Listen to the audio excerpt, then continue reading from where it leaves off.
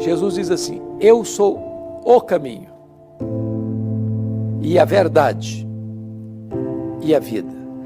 Ninguém vem ao Pai senão por mim. Jesus não é um caminho, ele é o caminho, artigo definido.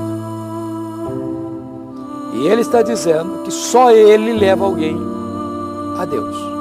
Há um só Deus e um só mediador entre Deus e os homens, Jesus Cristo homem. Então, para chegar até Deus, para chegar até o céu, só tem um mediador, é Jesus. E não há nenhum outro nome dado entre os homens pelo qual importa que sejamos salvos, a não ser o nome de Jesus. Então, só Jesus salva.